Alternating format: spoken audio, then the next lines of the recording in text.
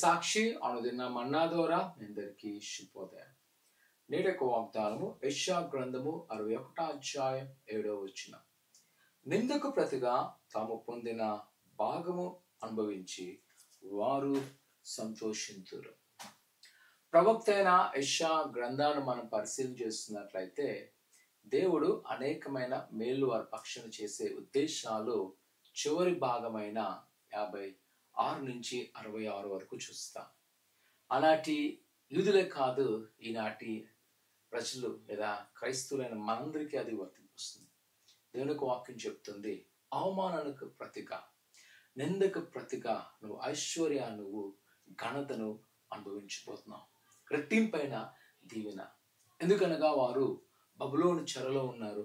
వారు అనుకున్నారు, ఇంకా మేము గతించిపోతాం, మరలా మేము యెరూషలేముకు వెళ్ళలేము, మా దేవుని ఆరాధించుకోలేము, మా పట్టణం మేము కట్టబడలేమన్నాక నిరుత్సాహముతో దుఃఖముతో ఉన్న వారికి దేవుని యొక్క వాక్యం చెప్తుంది, ఇవాళ అవమానించబడుతున్నావు, భయపడక, ఇదిగో మరలా నిన్ను రెట్టింపుగా ఆస్వాదించబోతున్నాను.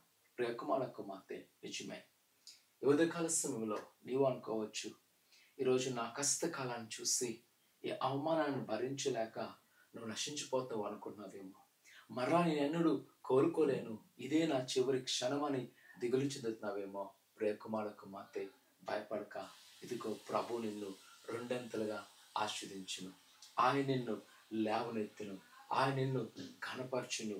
కావున దుఃఖపడక, ఇదిగో ప్రభుకి నువ్వు అప్పగించబడు, ఆయనకి సాయం చేయబోతున్నాడు. అలాంటి యూదా ప్రజలను ఆయన గతిని అనుకున్నారు, మళ్ళా కోరేష్ రాజు ద్వారా, అన్య రాజు ద్వారా వారిని పంపించి మళ్ళా వారి పట్టణం కట్టబడినది, వారి దేశము ఈ రోజు వరకు నిర్మించబడినది. ఈరోజు ప్రభు నీ పట్ల కూడా అటువంటి రెట్టింపైన ఆశీర్వాదం దయచేయబోతున్నాడు. ప్రార్థన చేసుకుందాం. పరిశుద్ధ దేవానికి ఉన్న నీ బిడ్డలైన వారిని జ్ఞాపకం చేసుకొని నీ దీనాన్ని ఆశ్రయింపండి.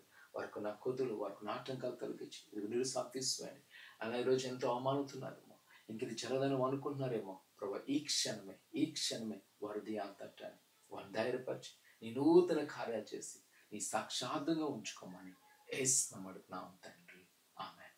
ప్రభు నమ్మకించండి, ఆయన పట్ల గొప్ప కార్యం చేయను గాక.